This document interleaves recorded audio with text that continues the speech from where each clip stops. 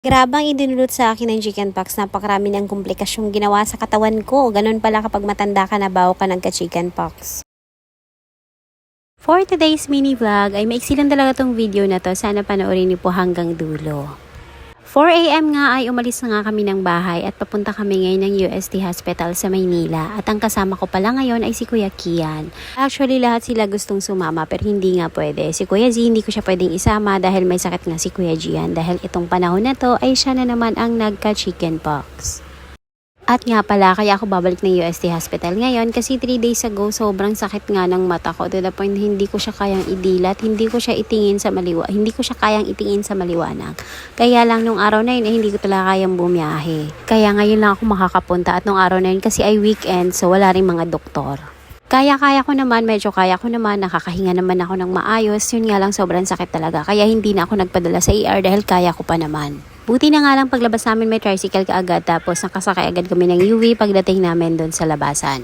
6 AM kami nakarating dito sa UST Hospital kaya naman nakakuha agad kami ng number. Pagkatapos lumabas na nga muna kami, pinuntahan namin ang pinsan ko dito sa dietary department. At habang hinihintay nga namin siya ay syempre, lipstick is life. Mawala na ang lahat, wag lang ang lipstick, chas. At yan nga ang nangyari sa mata ko, kusa siyang gumagalaw pa kanan simula nung sobrang sakit. Nagsispasm daw. Spasm daw ang tawag niyan, sabi ng doktor. Gumagalaw siya ng ganyan pero nakakakita pa naman ako. Kaya nag-check na nga muna ako ng CCTV ko ano ang kaganapan habang wala ako. At dito pala nakita ko si Bunso na sumilip pala siya pagkaalis ko. Buti na lang at hindi lumabas ng kwarto dahil hindi ko nailak ang pinto. Pero noong mga oras na yan, gising naman si Papa B pag-alis ko kaya mapapansin din siya kung lalabas man. Hindi na pala kaya kami nasa dietary department dahil sabay din kami nag-breakfast ng pinsan ko. Pagkatapos namin mag-breakfast ay bumalik na agad kami dito sa clinic at ayan nga, may ipinatak na sa aking mata na pang dilate daw yon. Kaya ayan, medyo lumaki na nga yung mga eyeballs ko, lumalaki na siya at dito na nga i-check yung aking mata. At ayan, sa nakikita nyo nga, binivideohan ko lang yung salitang room 1 pero that moment hindi ko siya makita dahil sobrang labo niyan.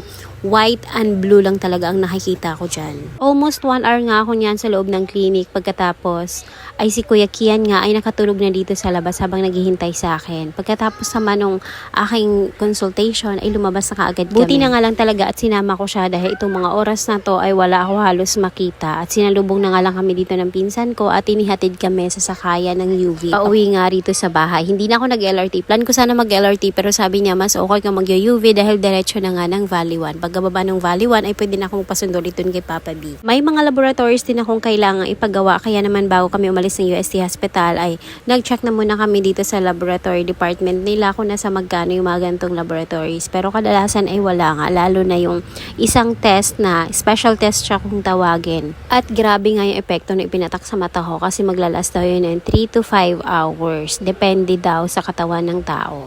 At kaya kaunti lang ang video dahil halos hindi ko rin mabasa yung mga nakasulat sa phone ko. Mas maaga pala kami natapos dito. 3 PM ay nasa bahay na ako. Kaya naman ng mga 6 PM na mahigit ay medyo naging okay na ulit yung paningin ko. At dahil meron yung Shanghai rito, ay nagluto na rin ako. Pagkatapos ay gusto ko nga talagang kumain ng gulay. Kaya nagpabili ako sa palengke ng gulay. Ito niluto ko nga dahil iniisip ko na baka mamaya dahil matagal ako hindi nakakain ng gulay, baka nangyayari to sa akin. O diba?